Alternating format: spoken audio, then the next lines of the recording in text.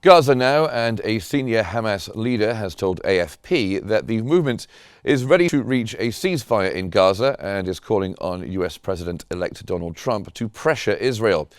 Bassem Naim, a Hamas political bureau member, stated that Hamas is ready for a ceasefire in Gaza if Israel agrees to stop the fighting. He urged the US administration and former President Trump to pressure Israel to end its aggression and alleviate the suffering of Palestinians. He also expressed hope that President-elect Trump would take action to halt the war immediately.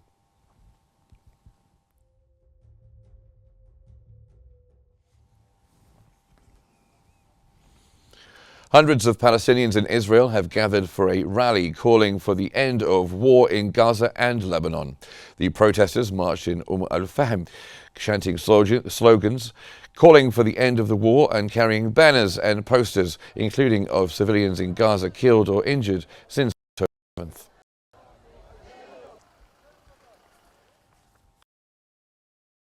Person for the UN Office for the Coordination of Humanitarian Affairs has stated that aid access in Gaza is at a critical low, with deliveries to parts of besieged northern Gaza nearly impossible.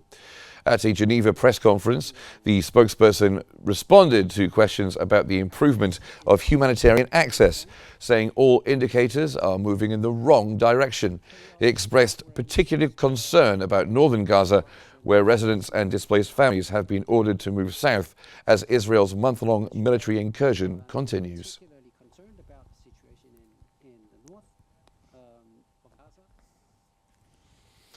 The Palestinian Ministry of Foreign Affairs and Expatriates has welcomed the adoption of a resolution by the Third Committee of the United Nations General Assembly, which affirms the Palestinian people's right to self-determination, independence and freedom.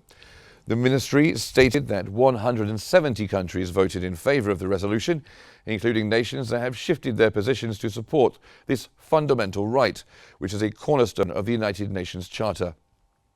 The ministry also called on the countries that oppose the resolution, the six nations Israel, the United States, Argentina, Paraguay, Micronesia and Nauru, to reassess their positions and align with the moral majority in accordance with international law.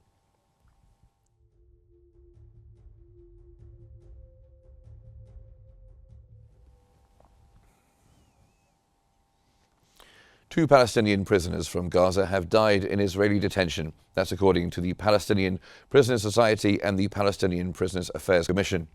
Both organizations condemned the deaths, describing them as part of what they called Israel's slow death policy against Palestinian prisoners. They accused Israeli authorities of systematic torture, medical negligence, and the denial of basic needs, which they say have led to the deaths of many prisoners over the years. The groups called for international accountability, urging global action to end practices they argue violate human rights and international law.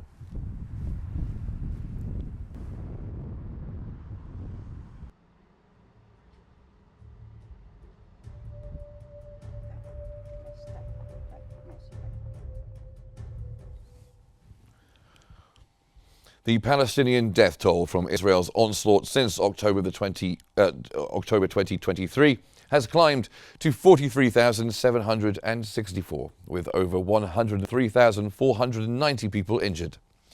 In the past 24 hours, Israeli forces have carried out 3 massacres targeting families in the Gaza Strip. That's according to medical sources. These attacks left at least 28 Palestinians dead and 120 others wounded.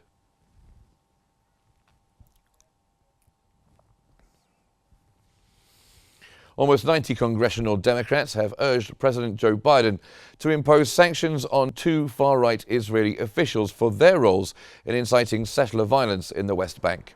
The letter, signed by 17 senators and 71 members of the House of Representatives, was sent in late October before the U.S. election in which Donald Trump secured his victory.